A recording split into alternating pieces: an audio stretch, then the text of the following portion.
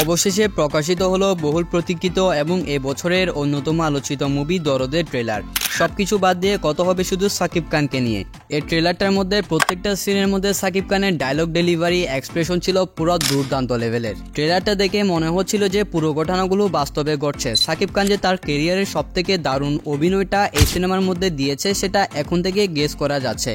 লোকটা যে এভাবে অসাধারণ অ্যাক্টিং করবে এটা কেই বা ভাবতে পেরেছিল। ট্রেলারে গল্প সম্পর্কে হালকা হিন্টস দেওয়া হয়েছে, যেটা কম বেশি সকলেই জানে যে এখানে সাকিব খানের যে চরিত্রটা হবে সেটা ডিআইডি বা মাল্টিপল পার্সোনালিটি ডিসঅর্ডার নামে একটা রোগে আক্রান্ত থাকবে। এছাড়া নতুন কিছু গানের এক ঝলক এবং সেই সাথে বাদবাকি অভিনেতা এবং অভিনেত্রীদের সাথে আমাদেরকে এখানে পরিচয় করিয়ে দেওয়া হয়েছে। নায়িকা সোনাল চৌহানের যে ডাবিং ছিল এটা অতটাও খারাপ ছিল না। ফিল্মে যদি এরকমটা থাকে তাহলে আশা করি কোনো সমস্যা হবে না অডিয়েন্সের। ট্রেলারের শুরুতে সোনাল চৌহানকে বলতে শুনি যে সে সাকিব খানকে সারেন্ডার করতে বলছে, অর্থাৎ সাকিব খান যে এখানে অনেকগুলো খুন করছে সেই সম্পর্কে সোনাল চৌহান অলরেডি জানে।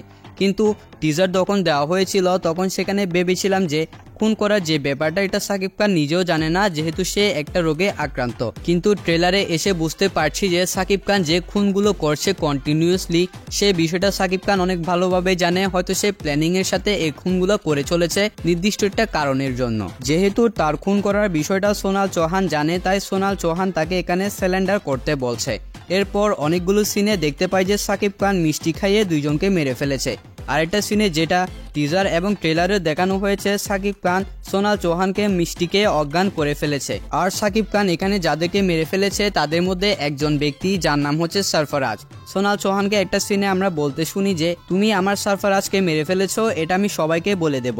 এখানে খেয়াল করলে বুঝতে পারবেন যে এই যে সোনাল চৌহান এখানে বলেছে আমার সরফরাজ, এভাবে কিন্তু একজন মানুষ খুব কাছে না হলে কেউ এভাবে করে বলে না। হতে পারে যে সাকিব খানের যে সিরিয়াল কিলিং এর ব্যাপারটা এখানে রয়েছে সেই সম্পর্কে সোনাল চৌহান জেনে গিয়েছে এবং সরফরাজ নামের একজন ব্যক্তির সাথে রিলেশনে চলে গিয়েছে।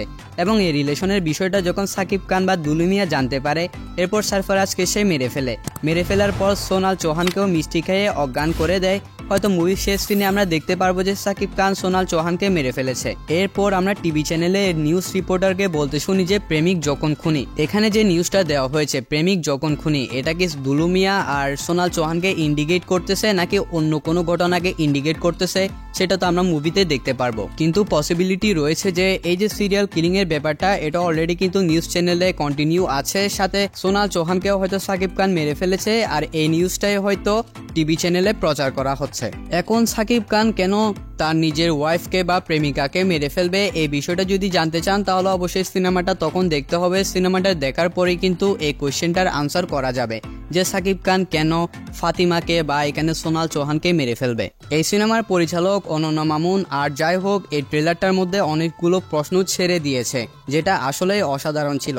সো এখানে সোনাল চৌহানকে সাকিব খান কেন মেরেছে, সিরিয়াল কিলিং এর পিছনে তার কি কারণ, ডিআইডি রোগ নাকি অন্য কোনো প্ল্যানিং রয়েছে নাকি সে ডিআইডি রোগের অ্যাক্টিং করছে, এসব বিষয় সিনেমাতে ক্লিয়ার করা হবে। এছাড়া এই ট্রেলারে একটা সিনের মধ্যে সাকিব খানকে যখন জেলে টর্চার করা হচ্ছিল সে যে এক্সপ্রেশনটা দিয়েছিল সেটা পুরোই ধামাকাদার এবং দুর্দান্ত লেগেছে আমার কাছে।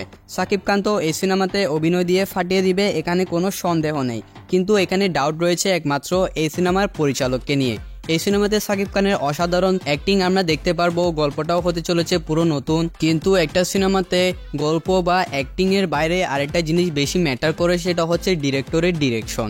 এই সিনেমার মধ্যে সাকিব খান এবং অন্যান্য অ্যাক্টরদের যে অভিনয়টা ছিল সেটা অসাধারণ হলেও গল্পটাও যদি অসাধারণ হয়, এখানে অনন্যা মামুনের যদি ডিরেকশন ভালো না হয় এই সিনেমাটা হয়তো একটু বিপদের দিকে চলে যেতে পারে। সো এখানে মূলত সাকিবিয়ানরা অনন্যা মামুনের প্রেজেন্টেশন নিয়ে একটু সন্দেহতে রয়েছে। পরিচালক অনন্যা মামুন যদি আগে থেকে এই সিনেমাটার প্রমোশন শুরু করতেন তাহলে এই সিনেমাটার হাইপ বোধহয় আরো তুঙ্গে থাকতো। কিন্তু তিনি যে পরিমাণ চাপাবাজি করেছিল এই সিনেমাটা নিয়ে তাও তো অলরেডি আমরা দুটো ভিডিওতে জানিয়েছি। গতকালকে যে ট্রেলারটা লঞ্চ করা হয়েছে সেই ট্রেলারের ব্যাপারেও গাফিলতি করেছে। সে বলেছিল যে এখানে বাংলা এবং হিন্দি দুটো ট্রেলারই লঞ্চ করা হবে, কিন্তু আমরা যেমনটা দেখতে পেয়েছি সবসময় মতো চাপাবাজি করেছে এই বিষয়টা নিয়েও।